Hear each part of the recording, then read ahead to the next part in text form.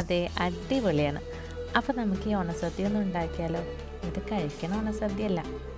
ഇതെങ്ങനെ ഉണ്ടാക്കണമെന്ന് നമുക്കൊന്ന് നോക്കാം.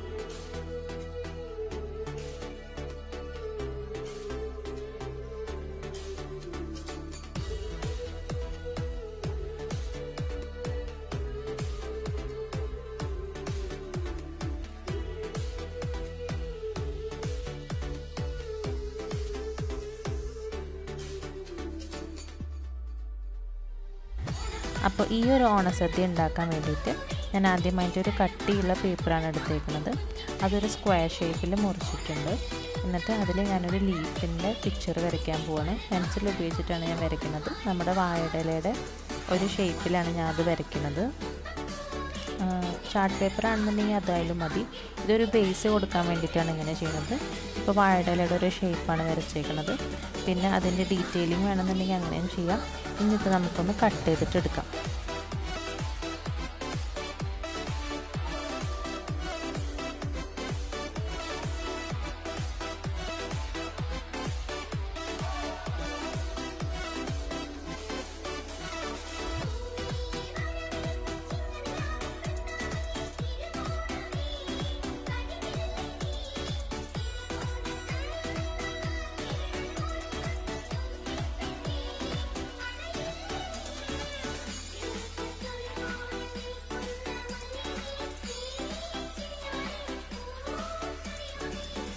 അപ്പം നമ്മൾ കട്ട് ചെയ്തത് റെഡി ആയിട്ടുണ്ട്. ഇനി നമ്മൾ ചെയ്യണത് ഫെവിക്രിലിൻ്റെ മൗൾഡഡ് ഹാർഡ് ക്ലേ ആണ് ഉപയോഗിക്കുന്നത്. അതിൽ 2 പാക്കറ്റാണ് ഉണ്ടാവുക. ഒരെണ്ണം ഒരു പിങ്ക് കളറും ഒരെണ്ണം ഒരു ബ്ലൂ കളറും. അതിൽ ഒരെണ്ണം ഹാർഡനറും ഒരെണ്ണം റെസിൻ ബേസുമാണ്. അപ്പോൾ രണ്ടും കൂടെ ഈക്വൽ പ്രൊപ്പോർഷൻ എടുത്തിട്ട് മിക്സ് ചെയ്താലാണ് നമ്മളെ ഹാർഡ് ക്ലേ ഉണ്ടാവുന്നത്. അപ്പോൾ ഞാൻ 2 പാക്കിൽ നിന്നും ഈക്വൽ പ്രൊപ്പോർഷനായിട്ട് ക്ലേ എടുത്തിട്ടുണ്ട്. രണ്ടും ഡിഫറെൻറ്റ് കളേഴ്സാണ്. അപ്പോൾ രണ്ടും സെയിം പ്രൊപ്പോർഷനിൽ എടുത്തിട്ട് നമുക്കൊന്ന് മിക്സ് ചെയ്യാം.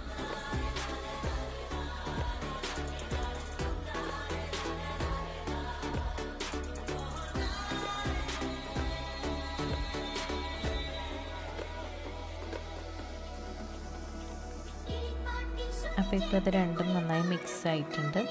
ഇനി നമുക്ക് ലീഫിൻ്റെ ഷേപ്പാണ് ഞാൻ ഇപ്പോൾ ചെയ്യാൻ പോകുന്നത്.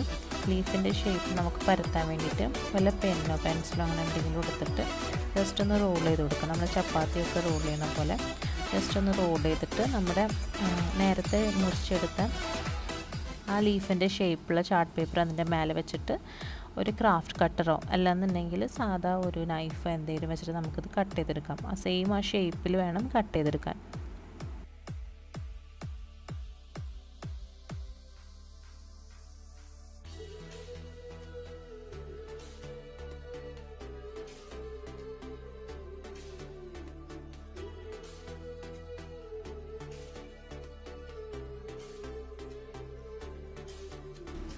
അപ്പോൾ എൻ്റെ ബേസ് റെഡി ആയിട്ടുണ്ട്. ഞാനിപ്പോൾ ഒരു പഴയൊരു പ്ലാസ്റ്റിക്കിൻ്റെ പ്ലേറ്റിലാണിത് ചെയ്യുന്നത്.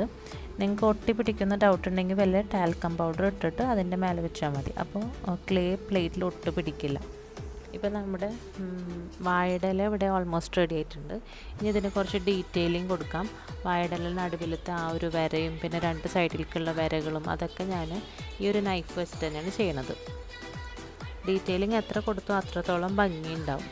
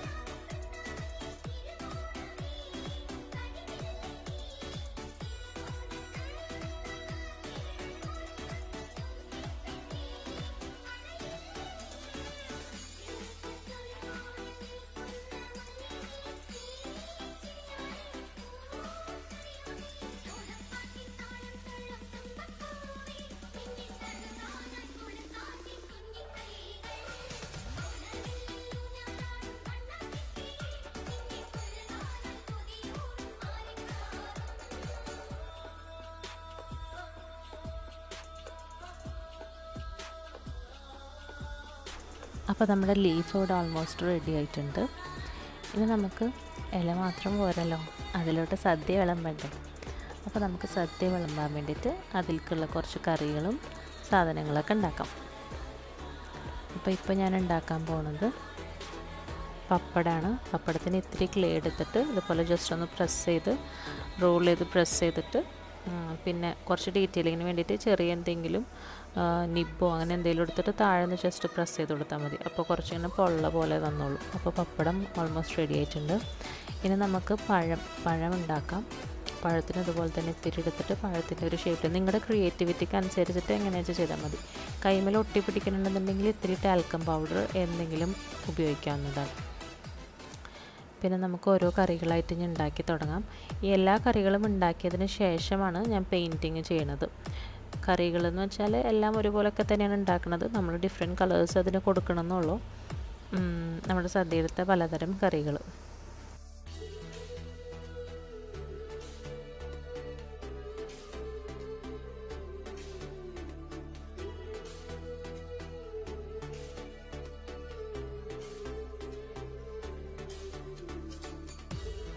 ഇപ്പോൾ ഞാൻ കറികൾ എങ്ങനെ ചെയ്യുന്നതെന്ന് വെച്ചിട്ടുണ്ടെങ്കിൽ ചെറിയൊരു പീസ് ഈ ക്ലേ എടുത്തിട്ട് ജസ്റ്റ് ഒരു റോളാക്കിയിട്ടൊന്ന് പ്രസ് ചെയ്തതിന് ശേഷം അതിൻ്റെ മുകളിൽ അതിലും ചെറിയ ബോളാക്കിയിട്ട് ജസ്റ്റ് മേലെ ഇടുകയാണ് ചെയ്യണത്. അങ്ങനെ വെറുതെ ഇട്ടിട്ടുണ്ടെന്നുണ്ടെങ്കിൽ അതവിടെ ഇരിക്കില്ല. അപ്പോൾ അതിൻ്റെ മീതെ ഞാൻ ക്വിക്ക് ഫിക്സ് വെച്ചിട്ട് ജസ്റ്റ് ഒന്ന് അപ്ലൈ ചെയ്യുന്നുണ്ട്.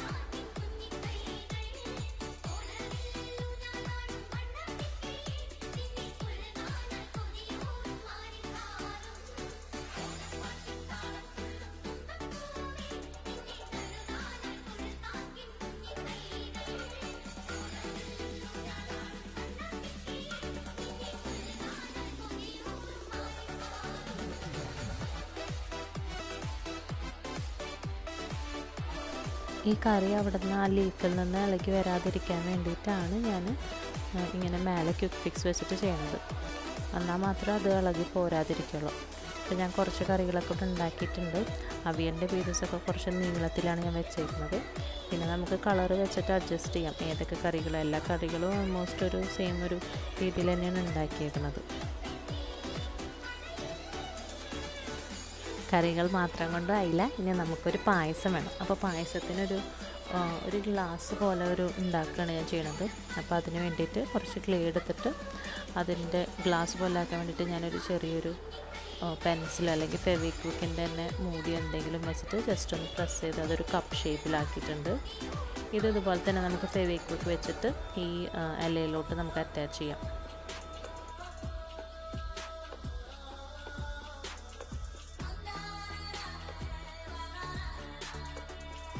അപ്പോൾ നമ്മുടെ പഴമായി, പപ്പടമായി, എല്ലാ കറികളുമായി. ഇനി നമുക്ക് ചോറ് വിളമ്പിയിട്ടില്ല. ചോറിന് വേണ്ടിയിട്ട് ഞാൻ നമ്മുടെ സാധാ അരി തന്നെയാണ് ഞാൻ ഉപയോഗിച്ചിരിക്കുന്നത്. അരി നമുക്ക് കളർ ചെയ്തെടുത്തിട്ടുണ്ടെങ്കിൽ ജസ്റ്റ് ഇത്രയും മിനിയേച്ചറായ കാരണം ഒരു ബോയിൽഡ് റൈസിൻ്റെ ഒരു എഫക്റ്റ് കിട്ടണ കാരണം ഞാൻ അരിമേൽ തന്നെ കളർ ചെയ്യാമെന്ന് വിചാരിച്ചു. അതല്ലാതെ നീ ക്ലേ ഇതുപോലെ നമുക്ക് ഇപ്പോൾ കറി ഉണ്ടാക്കിയ പോലെ തന്നെ ജസ്റ്റ് റോൾ ചെയ്ത് കട്ട് ചെയ്തെടുത്താലും മതി, എന്നിട്ട് കളർ ചെയ്താൽ മതി. ഇതിപ്പോൾ ഞാൻ അരി തന്നെ ഈ ലീഫിൽ വെച്ചിട്ട് ജസ്റ്റ് ക്വിക്ക് ഫിക്സ് അതിൻ്റെ മേലെ വെച്ചതിന് ശേഷം കുറച്ച് പെയിൻറ്റ് ആക്രിലിക് പെയിൻറ്റ് വെച്ചിട്ട് കളർ ചെയ്യാണ് ചെയ്യണത്. അപ്പോൾ നമുക്കിനി ഫസ്റ്റ് ലീഫും കറികളൊക്കെ ഒന്ന് പെയിൻറ്റ് ചെയ്തെടുക്കാം, എന്നിട്ട് നമുക്ക് റൈസിൻ്റെ പരിപാടി ചെയ്യാം. അപ്പോൾ ഞാൻ ആക്രിലിക് കളേഴ്സും അതുപോലെ തന്നെ ഗ്ലാസ് കളറും രണ്ടും കൂടെ മിക്സ് ചെയ്തിട്ടാണ് എടുക്കുന്നത്. ശരിക്കും പറഞ്ഞിട്ടുണ്ടെന്നുണ്ടെങ്കിൽ ആക്രിലിക് കളേഴ്സ് മാത്രം മതി. ഞാൻ ഗ്ലാസ് കളർ എടുക്കാൻ കാരണം എന്ന് വെച്ചിട്ടുണ്ടെങ്കിൽ രണ്ടും കൂടെ മിക്സ് ചെയ്തിട്ടുണ്ടെങ്കിൽ ഒരു ഗ്ലേസിങ് ഒരു എഫക്റ്റ് കിട്ടുന്ന കാരണമാണ് അത് രണ്ടും കൂടെ മിക്സ് ചെയ്തെടുത്തത്. ആക്രിലിക് കളേഴ്സിൻ്റെ പ്രൊപ്പോർഷനാണ് കൂടുതൽ വേണ്ടത്.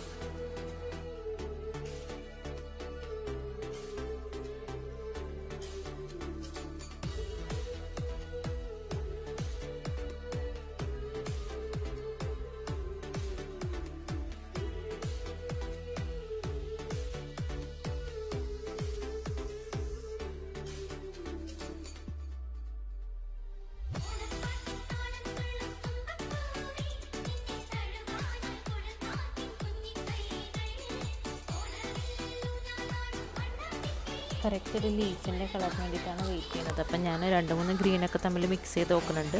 നമ്മുടെ കറക്റ്റ് ആ വാഴയുടെ ഇലയുടെ കളർ കിട്ടാൻ വേണ്ടിയിട്ട്.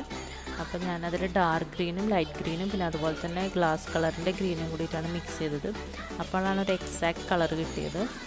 പിന്നെ ഗ്ലാസ് കളർ വേണമെന്നുണ്ടെങ്കിൽ ചേർത്താൽ മതി. ഞാൻ പറഞ്ഞ ഒരു ഗ്ലേസിങ്ങിന് വേണ്ടിയിട്ടാണ് അത് ഉപയോഗിച്ചത്.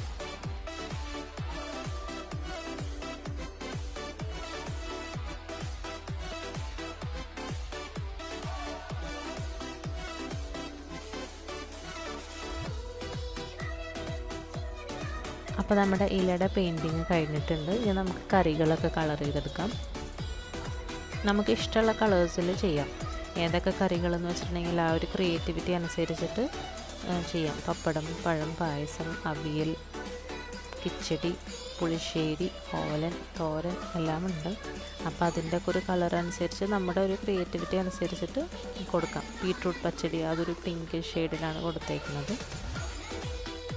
ഇല കളർ ചെയ്യാൻ വേണ്ടി മാത്രമാണ് ഞാൻ ഗ്ലാസ് കളർ ആക്രിലിക് കളറിൽ മിക്സ് ചെയ്തത്. കറിക്ക് വേണ്ടിയിട്ട് ആക്രിലിക് കളേഴ്സ് മാത്രമാണ് യൂസ് ചെയ്തത്. അതിൽ ഗ്ലാസ് കളർ മിക്സ് ചെയ്തിട്ടില്ല.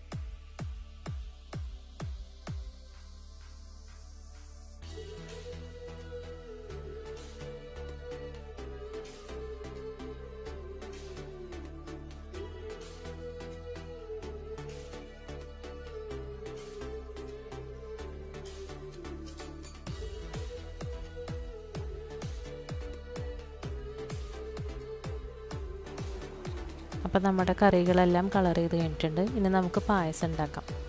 ഇത് നമ്മുടെ വാളിലൊക്കെ അടിക്കുന്ന പെയിൻറ്റിൻ്റെ കുറച്ച് വൈറ്റ് പെയിൻറ്റ് എടുത്തിട്ട് അതിൽ നമ്മുടെ അരി ഒന്ന് മിക്സ് ചെയ്യണം. അപ്പോൾ ഇത് ശരിക്കും ഒരു പാലട പ്രഥമൻ്റെ ഒരു ലുക്ക് കിട്ടാൻ വേണ്ടിയിട്ടാണ് ഇങ്ങനെ ചെയ്തത്. ഇത് നമുക്ക് കട്ടിയാവും തോറും ഈ ഒരു ടെക്സ്ചറിൽ ഇരുന്നോളും. അപ്പോൾ ഇത് നമുക്ക് ഗ്ലാസ്സിലോട്ട് ഒഴിക്കാം.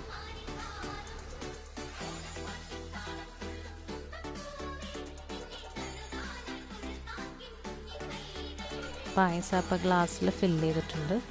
താഴെ വരുന്ന വീണ പായസമൊക്കെ ഞാനൊരു ഇയർബഡ് വെച്ചിട്ട് ക്ലീൻ ചെയ്തെടുക്കണം. അപ്പോൾ നമ്മുടെ സദ്യ ഇവിടെ റെഡി ആയിട്ടുണ്ട്. ഇനി നമുക്ക് ഈ മിനിയേച്ചർ സദ്യേനെ ഒരു ഫ്രിഡ്ജ് മാഗ്നറ്റ് ആക്കാം, ഡിസ്പ്ലേ ചെയ്യാൻ വേണ്ടിയിട്ട്. അപ്പോൾ അതിന് വേണ്ടി ഞാൻ എൻ്റെ അടുത്ത് ഉണ്ടായിരുന്ന ഒരു പഴയ ഫ്രിഡ്ജ് മാഗ്നറ്റിൻ്റെ മാഗ്നറ്റ് എടുത്തിട്ട് അത് ഡബിൾ സൈഡ് സ്റ്റിക്കർ വെച്ച് ഒട്ടിച്ച് ഫ്രിഡ്ജിൽ ഒട്ടിക്കാൻ വേണ്ടി പോവാം. അപ്പോൾ നമ്മുടെ ഫ്രിഡ്ജ് മാഗ്നറ്റ് മിനിയേച്ചർ സദ്യ റെഡി. അപ്പോൾ എല്ലാവർക്കും ഈ വീഡിയോ ഇഷ്ടപ്പെട്ടെന്ന് വിചാരിക്കുന്നു. അപ്പോൾ താങ്ക് യു ഫോർ വാച്ചിങ്. എല്ലാവർക്കും ഒരിക്കൽ കൂടി എൻ്റെ ഹൃദയം നിറഞ്ഞ ഓണാശംസകൾ.